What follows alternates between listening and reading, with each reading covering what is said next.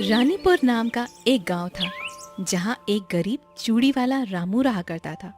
वो अपने बेटे मोनू, जो कि बहुत ज्यादा बीमार रहा करता था, उसके साथ रहता था। रामू रोज अपनी टोकरी में चूड़ियों को रखकर पूरे गांव भर में घूम घूम कर बेचता था। चूड़ियां ले लो, चूड़ियां, रंग बिरंगी चूड़ियां। हे भगवान, आज एक भी चूड़ी नहीं बिकी। मोनू के लिए दवाइयां भी लेनी है। अगर उसे दवाई नहीं मिल पाई तो उसकी तबीयत और बिगड़ जाएगी। मैं क्या करूं? रामू, क्या हुआ बेटा? इतने उदास क्यों हो? आज भी कोई चूड़ी नहीं बिकी क्या? मैं तो तुम्हें बोलता हूँ, ये काम धंधा छोड़कर साहूकार बिरजू के पास काम पर लग जाओ। वो तुम्हें अच्छे खासे पैसे भी दे देगा।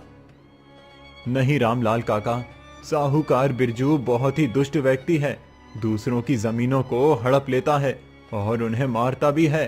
हाँ, पर अगर मुझे पैसों की जरूरत होगी तो मैं उसी से उधार मांग लूंगा।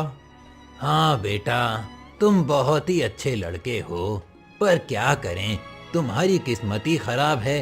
तुम्हारी पत्नी की अगर मृत्यु नहीं होती आज से 10 साल पहले, तो आज तुम्हारा परिवार भी अच्छे से जीता। हाँ काका, वो तो है, पर क्या करूं? मोनू की तबीयत और बिगड़ती जा रही है और ना ही मेरी चूड़ियां बिक रही हैं कि उसके लिए दवाइयां ला सकूं। तो सोच में पड़ गया हूं कि क्या करूं। अगर दवाइयां लेकर नहीं गया तो उसकी तबीयत बहुत ही खराब हो जाएगी। ठीक है बेटा, जाओ तुम। और हाँ, आज दूसरे मोहल्ले में एक विवाह है। तुम अगर उस ओर जाओ तो क्या पता आज ज्यादा चूड़ियां बिक सकती हैं। तुम उसी मोहल्ले में चले जाओ। ठीक है काका, मैं चलता हूँ। चूड़ियां ले लो, चूड़ियां, रंग बिरंगी चूड़ियां। चूड़ियां ले लो, चूड़ियां। बेचारे रामू की आज फिर से एक भी चूड़ी नहीं बिकती।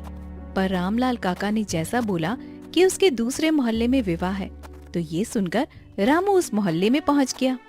अरे ओ रामू, तू आज इस मोहल्ले में कैसे आ गया? तू तो कभी भी हमारे इधर चूड़ियां नहीं बेचता। और तुम्हारे बेटे की तबीयत कैसी है? क्या बताऊं दीदी, आज भी मेरी चूड़ियां नहीं बिकी और मेरे बेटे की तबीयत में भी कोई सुधार नहीं आ रहा है। ऊपर से और ज्यादा तबीयत बिगड़ रही है और मेरे पास भी पैसे नहीं हैं दवाइयां खरीदने के लिए। ये तो बड़ी ही दुखद खबर है। अच्छा छोड़, मुझे चूड़ियां दिखा दे। आज मुझे चूड़ियां लेनी है। कुछ चूड़ियां मेरे घर के लिए भी चाहिए, क्योंकि मेरे घर में शादी है। हाँ दीदी, ये लीजिए अच्छी चूड़ियां। इसे मैंने कल ही अपने हाथों से बनाया है और ये बहुत ही अच्छी लगेंगी आपके हाथों में। और इसकी कीमत है सिर्फ 50 रुपया। ठीक है रामू, इसे मुझे दे दो और ये लो पैसे। मैंने सुना है कि कुछ दिनों बाद गांव में बड़ा मेला भी लगेगा। हाँ दीदी, मैंने भी सुना है। ठीक है दीदी, मैं चलता हूँ। मुझे मोनू के लिए दवाइयाँ भी लेनी हैं। ये कहकर रामू अपने घर की ओर निकल पड़ा। घर पहुंचते ही उसे मोनू के खांसने की आवाज सुनाई दी। वो अपनी टोकरी को द्वार के पास फेंककर दौड़ते हुए मोनू के पास गया। बेटा, ये क्या हो गया? तुम्हारी तबीयत तो और बिगड़ गई। मुझे जल्दी से अच्छे अस्पताल ले जाना होगा तुम्हें, पर मेरे पास पैसे नहीं हैं। पिताजी, आप आ गए? इतनी देर से क्यों आए? थोड़ी जल्दी आते। मुझे तो बहुत ही जोरों की प्यास लगी है। आप मुझे पानी दे सकते हैं? हाँ बेटा, रुको। पर मेरी देर की वजह है कि आज भी मेरी एक भी चूड़ियां नहीं बिकी। एक बिकी, वो भी दूसरे मोहल्ले में। सिर्फ 50 रुपए मेरे पास थे। मैं उसी से तुम्हारे लिए कुछ दवाइयां लेकर आया हूँ। पिताजी, आप बहुत ही चिंता करते हो। वैद्य जी ने तो बोला था कि मैं ठीक हो जाऊंगा, तो आपको चिंता करने की कोई जरूरत ही नहीं है। मुझे लगता है मुझे साहूकार बिरजू के पास जाना ही होगा, उससे उधार लेने के लिए, वरना तुम्हारी तबीयत और बिगड़ जाएगी। क्योंकि बिना पैसों के वैद्य जी इलाज नहीं करेंगे और दवाइयां भी लानी हैं। नहीं पिताजी, उस दुष्ट साहूकार के पास आप मत जाइए। वो बहुत ही दुष्ट व्यक्ति है। दूसरों को परेशान करता है, दूसरों की जमीन हड़प लेता है। पीटता है। आप कुछ दिन आराम कीजिए, आपकी भी तबीयत खराब हो जाएगी ऐसे। तुमने सही कहा बेटा, मेरी भी खांसी बढ़ती जा रही है। मैं सोच रहा हूँ कल आराम कर लूं, पर फिर तुम्हारी दवाइयाँ भी तो लानी हैं, उसके लिए कुछ पैसे चाहिए। ये कहकर दोनों सोने चले जाते हैं। सुबह होते ही रामू फिर से टोकरियों में चूड़ियां डालकर निकल रहा होता है। तभी मोनू पीछे से बोलता है, बाबा आज फिर चूड़ियां बेचने जा रहे हो? पर कल तो आपने कहा था कि थोड़ा आराम करोगे। आप रोज थक जाते हो और खांसी भी बढ़ रही है ना आपकी। हाँ बेटा, खांसी तो है, पर अगर मैं ना जाऊं तो हमारे घर में चूल्हा कैसे जलेगा और तेरी दवा कैसे लाऊंगा। अब तू बस जल्दी से ठीक हो जा, यही मेरी खुशी है। बाबा जब आप लौटोगे तो मैं आपको नई कहानी सुनाऊंगा, पर आप जल्दी आना, मैं इंतजार करूंगा। और मुझे डर लगता है जब आप देर से आते हैं। डर मत बेटा, भगवान तेरे साथ है और मैं तेरे लिए हर दिन मेहनत करता रहूंगा। देखना, एक दिन हमारी तकदीर भी बदलेगी और तू बहुत खुश रहेगा। आज मैं साहूकार बिरजू के पास जाकर कुछ पैसे उधार ले लूंगा, ताकि मेरे बेटे की तबीयत में सुधार आने के लिए मैं उसे अच्छी दवाइयां दे सकूं। बेटा रामू, इतनी सुबह सुबह कहाँ जा रहे हो? इतनी सुबह कौन चूड़ियां खरीदेगा? और मोनू की तबीयत कैसी है? उसकी तबीयत में कोई सुधार आया? नहीं काका, उसकी तबीयत में कोई सुधार नहीं आया और भी बिगड़ती जा रही है, और मेरे पास पैसे भी नहीं हैं उसकी दवाइयां लाने के लिए। मैं साहूकार बिरजू के पास कुछ उधार लेने के लिए जा रहा हूँ। हाँ बेटा, ये तो बहुत ही दुखद खबर है कि तुम्हारे बेटे की तबीयत में कोई सुधार नहीं आ रहा है और ऊपर से बिगड़ते ही जा रही है। तुम जाओ साहूकार बिरजू के पास से कुछ उधार ले आओ, परंतु उससे बचकर रहना, वो बहुत ही दुष्ट और नीच व्यक्ति है। हाँ काका, वो तो है। मैंने सुना था कि कल ही उसने किसी की जमीन हड़प ली और उसे खूब पीटा।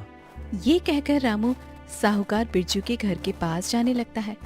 उसके घर के पास पहुंचते ही साहूकार के आदमियों ने उसे रोका और उससे बोला, अरे ओ भिखारी, तू कहाँ अंदर जा रहा है? भाग यहाँ से, तुम्हारी औकात नहीं है अंदर जाने की। एक तो फटे पुराने कपड़े पहने हैं, ऊपर से ये भिखारी जैसी टोकरी में कुछ चूड़ियां रखी हुई हैं। नहीं भाई, मैं कोई भिखारी नहीं हूँ, मैं अपनी मेहनत की खाता हूँ। मुझे साहूकार बिरजू से कुछ उधार चाहिए। मैं जल्दी ही लौटा दूंगा, पर मुझे उधार चाहिए। मेरे बेटे की तबीयत बहुत ही खराब है, पर साहूकार तुम जैसे भिखारी से मिलना नहीं चाहते। वो तुम्हें किसी भी हाल में उधार देंगे।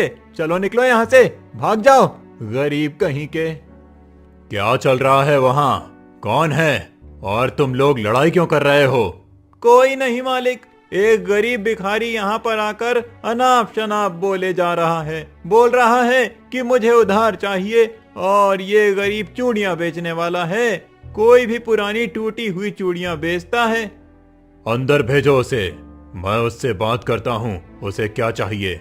और हाँ, पर उसकी वो गंदी टोकरी बाहर ही रखवाओ। वो टोकरी लेकर उसे अंदर मत आने दो। उस टोकरी की वजह से हमारा पूरा घर अशुद्ध हो जाएगा। बेचारा रामू टोकरी को बाहर रखकर साहूकार बिरजू के पास जाता है और उससे कहता है, मालिक, मुझे कुछ पैसे उधार दे दो। मेरे बेटे की तबीयत बहुत ही खराब है, मुझे उसके लिए दवाइयाँ खरीदनी हैं, और अगर मैं दवाइयाँ नहीं लेकर गया तो वो मर जाएगा। कृपया करके मुझे कुछ पैसे उधार दे दें। रामू, मैं दया नहीं करता, मैं कारोबार करता हूँ। अगर तुझे मुझसे पैसा लेना है तो ब्याज के साथ लौटाने होंगे, वरना तेरी झोपड़ी मेरी होगी। मेरे पास कुछ नहीं है मालिक, बस वो झोपड़ी ही तो है जहाँ मेरे बेटे की सांसें बसी हैं। आप चाहे तो मैं दिन रात मेहनत कर लूंगा, पर घर मत लेना।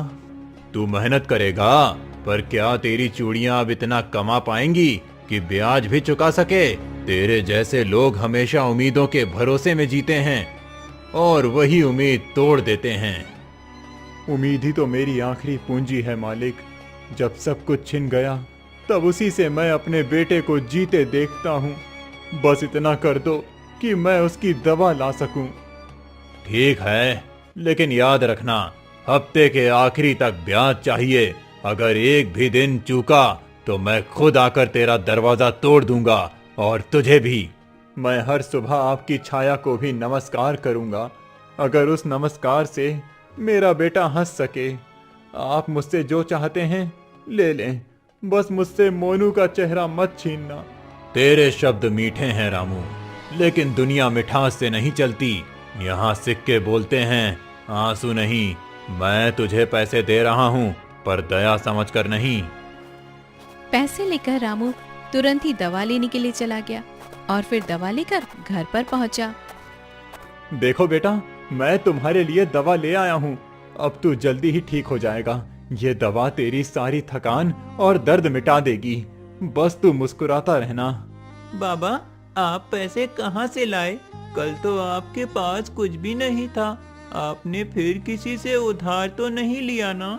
आप हमेशा दूसरों के लिए झुक जाते हो। नहीं बेटा, झुकना कमजोरी नहीं होता।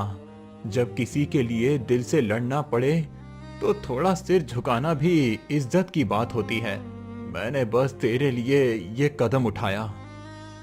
पर बाबा, वो बिरजू बहुत बुरा आदमी है। वो सबको परेशान करता है। आपने उसी से पैसे क्यों लिए? मैं नहीं चाहता कि वो आपको कुछ कहे। बेटा, जब जिंदगी हाथ से फिसलने लगे तो इंसान वही करता है जो उसे करना पड़ता है। मैं तेरे लिए किसी से भी भीख मांग सकता हूँ, बस तू ठीक हो जाए। बाबा, अगर आपको कुछ हो गया तो मैं अकेला रह जाऊंगा। आपने मेरे लिए जो किया वो गलत नहीं, लेकिन मुझे डर लगता है उस साहूकार से। डर मत बेटा, जब दिल में सच्चाई हो तो कोई भी साहूकार तेरे घर की दीवार नहीं गिरा सकता।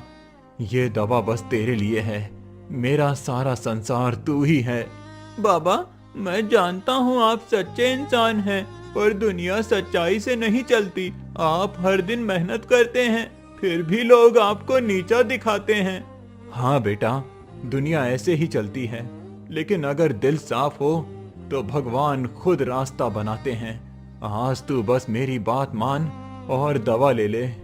बाबा, जब आप बाजार गए होंगे तो बारिश हो रही होगी ना? आपको ठंड तो नहीं लगी? आप तो खुद भी बीमार हो जाएंगे मेरे लिए। मुझे कुछ नहीं होगा बेटा, तेरी सांस मेरी ताकत है। जब तक तू मेरे साथ है कोई बीमारी मुझे छू नहीं सकती। बस तू ठीक हो जा, यही दुआ है। बाबा, अगर मैं ठीक हो गया तो मैं आपके साथ चूड़ियां बेचने चलूंगा। मैं आपकी टोकरी उठाऊंगा और सबसे कहूंगा कि मेरे बाबा दुनिया के सबसे अच्छे इंसान हैं। मैं यही सुनना चाहता था बेटा। तेरी ये बातें मेरे लिए किसी दवा से कम नहीं हैं। जब तू हंसता है तो मुझे लगता है भगवान ने मेरी सुन ली। बाबा, क्या आप फिर से बिरजू को पैसे लौटा पाएंगे? वो बहुत लालची है। अगर उसने आपसे घर मांग लिया तो हम कहाँ रहेंगे? घर दीवारों से नहीं बनता बेटा, घर तो इंसान के प्यार से बनता है। अगर तू मेरे साथ है तो पूरी दुनिया ही हमारा घर है। बाबा, जब मैं ठीक हो जाऊंगा तो हम किसी दिन शहर चलेंगे ना? वहाँ मैं नई चूड़ियाँ खरीदूंगा और उन्हें माँ की तस्वीर के पास रखूंगा। हाँ बेटा, हम जरूर चलेंगे, लेकिन पहले तू ये दवा खा ले और थोड़ा सो जा। जब तू जागेगा तो सब ठीक हो जाएगा, ये मेरा वादा है। बाबा, अगर कभी आपको फिर उधार लेना पड़े तो मुझसे वादा करो कि आप खुद को इतना परेशान नहीं करोगे। मैं आपकी मुस्कान खोना नहीं चाहता। बेटा, अब मैं किसी से उधार नहीं लूंगा। मैं बस मेहनत से तेरा इलाज करूंगा। जब तू ठीक हो जाएगा तो तेरे बाबा का कर्ज खुद खत्म हो जाएगा। बाबा, आप दुनिया के सबसे अच्छे पिता हैं। अगर भगवान मुझसे पूछे कि मैं फिर से किसके घर जन्म लूंगा तो मैं कहूंगा कि बस उसी बाबा के घर जहां मेहनत में प्यार हो। बाबा, और मेरे लिए हरी चूड़ियां लाना। माँ को हरी चूड़ियां बहुत ज्यादा पसंद थी। मैं उन चूड़ियों को देखकर खुश हो जाता हूँ। हरी चूड़ियां तो तुम्हारी माँ की पसंदीदा थी बेटा, मैं भी उन हरी चूड़ियों को देखकर खुश हो जाता हूँ। मैं जरूर तुम्हारे लिए हरी चूड़ियां ले आऊंगा। आज ही के दिन गांव में एक बड़ा मेला लगा था। रामू ने सोचा कि मेले में जाकर अपनी चूड़ियां बेच दे ताकि उसके पास कुछ पैसे आ जाएं और साहूकार का पैसा चुका सके। इसलिए वो फिर से टोकरी उठाता है और मेले की ओर चल पड़ता है। धीरे धीरे मेला खाली हो रहा था। हर दुकान वाला अपनी चीजें समेट रहा था, लेकिन रामू की टोकरी अब भी रंगों से भरी हुई थी। बारिश की बूंदें उसकी चूड़ियों पर गिरकर जैसे उसकी मेहनत का मजाक उड़ा रही थी। तभी वहां पर एक छोटी सी बच्ची आई। ए सुनो बिटिया, सावधान रहो, फिसल मत जाना, ये रास्ता गीला है। बताओ तुम अकेली यहाँ कैसे रह गई? सब तो घर जा चुके हैं। चूड़ी वाले भैया, मैं अपनी माँ के लिए चूड़ियाँ लेने आई हूँ। वो बहुत ज़्यादा बीमार है। उन्होंने कहा था कि अगर मैं हरी चूड़ियाँ लेकर आऊँ तो उनका मन हल्का हो जाएगा। हरी चूड़ियाँ? हाँ मेरे पास हैं बेटा, पर बारिश तेज हो रही है, घर लौटना मुश्किल होगा। तुम्हारी माँ का हाल कैसा है? क्या वो बहुत परेशान हैं? माँ कई दिनों से बोल भी नहीं पा रही है भैया। वो कहती है कि जब कलाई में हरी चूड़ियाँ खनकती हैं तो दिल को शांति मिलती है, इसलिए मैं लेने आई हूँ। बिटिया तेरी उम्र तो खेलने कूदने की है, तू यहाँ तक कैसे आई? तुझे डर नहीं लगा? इस मेले में तो अजनबी लोग भी हैं। डर तो लगा भैया, पर माँ की आंखों में जो डर देखा वो डर उससे छोटा लगा। मैं बस चाहती हूँ कि माँ एक बार मुस्कुरा दे। तू सच में बहुत हिम्मती है बेटा। तेरी बात सुनकर मुझे अपने बेटे मोनू की याद आ गई। वो भी तेरी तरह अपनी माँ की बातें याद करता था। भैया मेरे पास पैसे नहीं हैं। मैं सोच रही थी कि किसी तरह कुछ काम करके पैसे दे दूँ, पर माँ की तबीयत बिगड़ गई, इसलिए मैं सीधा यहाँ पर आ गई। पैसों की बात मत कर बिटिया, तेरी आंखों में सच्चाई दिखती है। जब कोई अपने दिल से माँ के लिए कुछ मांगे तो वो सौदे की जगह नहीं होती। भैया लोग कहते हैं कि गरीब के पास देने को कुछ नहीं होता, पर मुझे लगता है कि गरीब ही सबसे ज़्यादा देने की ताकत रखता है। सही कहा तूने, देने के लिए दौलत नहीं दिल चाहिए। मेरी टोकरी में जितना रंग है वो सब तेरे जैसी बेटियों के लिए ही है। भैया क्या मैं वो हरी चूड़ियाँ देख सकती हूँ जो मैं माँ के लिए मांग रही हूँ? उन्होंने कहा था कि वही पहनूंगी जो सच्चे हाथ से मिली हो। ये देख बिटिया, ये हरी चूड़ियां हैं, सबसे सुंदर और सबसे सादी। इनमें कोई दिखावा नहीं, बस मेहनत का रंग है। इन्हें ले जा और अपनी माँ के हाथों में पहना देना। भैया मैं नहीं जानती कि ये चूड़ियाँ उनकी बीमारी को ठीक करेगी या नहीं करेगी, पर ये ज़रूर से जानती हूँ कि आपने मुझे उम्मीद दी है। उम्मीद ही सबसे बड़ी दवा है बेटी। जब इंसान उम्मीद नहीं छोड़ता तो भगवान भी उसके साथ चलने लगता है। तेरी माँ जरूर ठीक होगी। अगर माँ ठीक हो गई तो मैं अगली बार आपको मेले में ज़रूर ढूंढने आऊँगी। मैं चाहती हूँ कि माँ आपको आशीर्वाद दे। जब वो ठीक हो जाएं तो उन्हें कहना कि उनकी मुस्कान ही मेरे लिए इनाम होगी। मुझे किसी मंदिर का प्रसाद नहीं चाहिए, बस एक माँ की दुआ ही काफ़ी है। भैया आप जैसे लोग इस दुनिया में कम मिलते हैं। अगर सबके दिल में आपके जैसा भाव हो तो कोई भी दुखी नहीं रह सकता। दुख तो इंसान के हिस्से में लिखा होता है बेटा, लेकिन कोई चाहे तो दूसरों का दुख बांट सकता है। तू अब घर जा, माँ इंतजार कर रही होगी। भैया मैं ये चूड़ियाँ लेकर जा रही हूँ, पर आपके लिए क्या छोड़कर जाऊँ? मेरे पास तो कुछ भी नहीं है जो आपकी मेहनत का जवाब बने। तू अपनी माँ की मुस्कान मेरे लिए छोड़ जा बेटी, वही सबसे बड़ी दौलत है। जब वो हंसेंगी तो मुझे लगेगा कि मेरी चूड़ियाँ बिक गईं। भैया मैं चलती हूँ, बारिश तेज़ हो रही है, लेकिन मैं वादा करती हूँ कि जब भी माँ ठीक हो जाएगी मैं आपको ढूंढने जरूर से आऊंगी। जा बेटी, भगवान तुझे और तेरी माँ को सलामत रखे। ये बारिश अब मेरे लिए ठंड नहीं, दुआ जैसी लग रही है। तूने मुझे जीने का कारण दे दिया। रात की ठंडी हवा में चूड़ियों की खनक जैसे किसी अधूरे वादे की आवाज थी।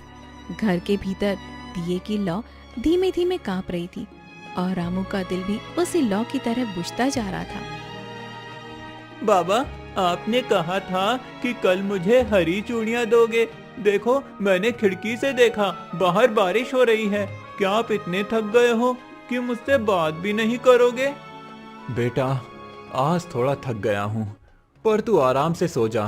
कल सुबह तुझे सबसे सुंदर हरी चूड़ियाँ लाकर दूंगा, जो पूरे गांव में किसी के पास नहीं होंगी।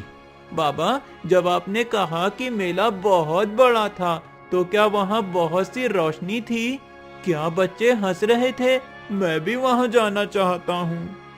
हाँ बेटा, मेला बहुत ही सुंदर था, पर तू अब ठीक हो जा, फिर हम दोनों साथ चलेंगे। वहाँ मिठाई खाएंगे और तू झूले में बैठना। बाबा, मुझे नींद नहीं आ रही।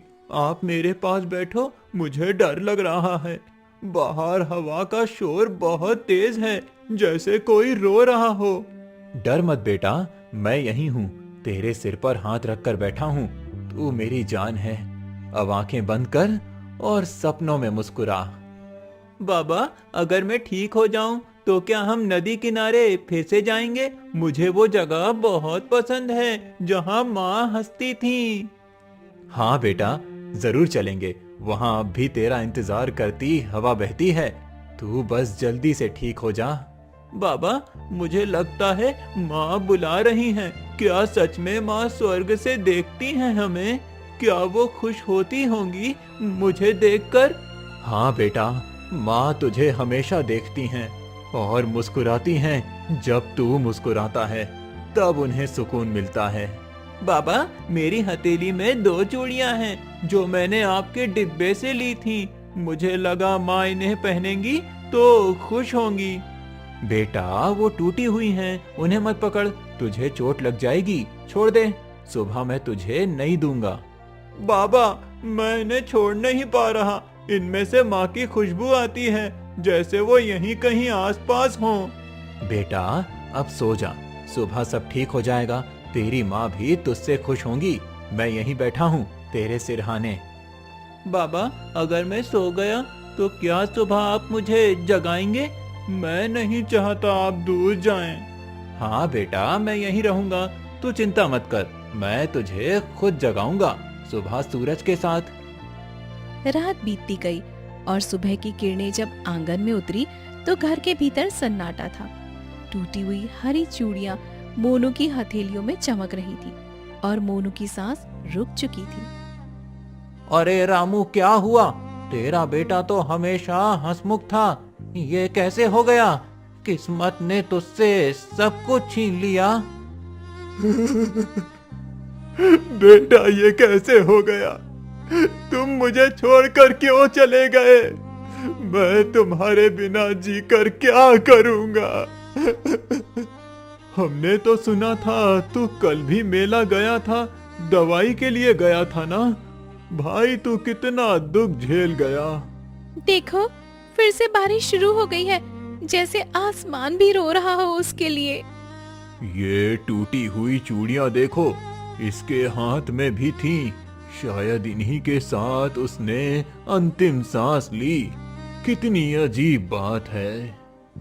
भगवान ने बच्चे को जल्दी बुला लिया, पर शायद वो माँ के पास ही जाना चाहता था, वहाँ शांति होगी। मैंने सोचा था कल सुबह उसे हंसाऊंगा, पर सुबह मेरे लिए सिर्फ अंधेरा लेकर आ गई है। जब मैंने उसकी हथेलियां देखी तो लगा जैसे उसने मुझे मौन में कुछ कह दिया हो कि बाबा, अब मुझे दर्द नहीं होता। रामू, अब तू अपने आप को संभाल। बेटा चला गया, पर तू उसकी यादों से जी सकता है। कैसे संभालूं जब हर चीज में उसकी आवाज सुनाई देती है, दीवारें भी मुझे उसका नाम लेकर पुकारती हैं। देखो, फिर से बारिश शुरू हो गई, जैसे आसमान भी रो रहा हो उसके लिए। ये बारिश मेरे आंसुओं को छिपा लेती है। अब कोई नहीं जान पाएगा कि मैं रो रहा हूं या आसमान। तेरे जैसे बाप की ताकत सबको नहीं मिलती। तू तो भगवान जैसा है, जिसने बिना शब्द बोले दुख झेल लिया। ताकत नहीं है, ये बस दर्द है जो अब मेरी सांसों में बस गया है। मैं अब सिर्फ जी रहा हूँ, मर नहीं पा रहा। उसके लिए कुछ तो बोल दे रामू, आखिरी बार उसका नाम ले ले, शायद तुझे सुकून मिल जाए। उसका नाम मेरी हर धड़कन में है, अब उसे बोलने की जरूरत नहीं। वो मेरे भीतर जिंदा है, हर सांस के साथ। अगर सच में भगवान ने उसे लिया है, तो काश वो मुझे भी बुला ले, ताकि मैं फिर से उसे गोद में उठा सकूं। अब तू क्या करेगा रामू? कहाँ जाएगा? तेरे पास अब कुछ भी नहीं बचा है।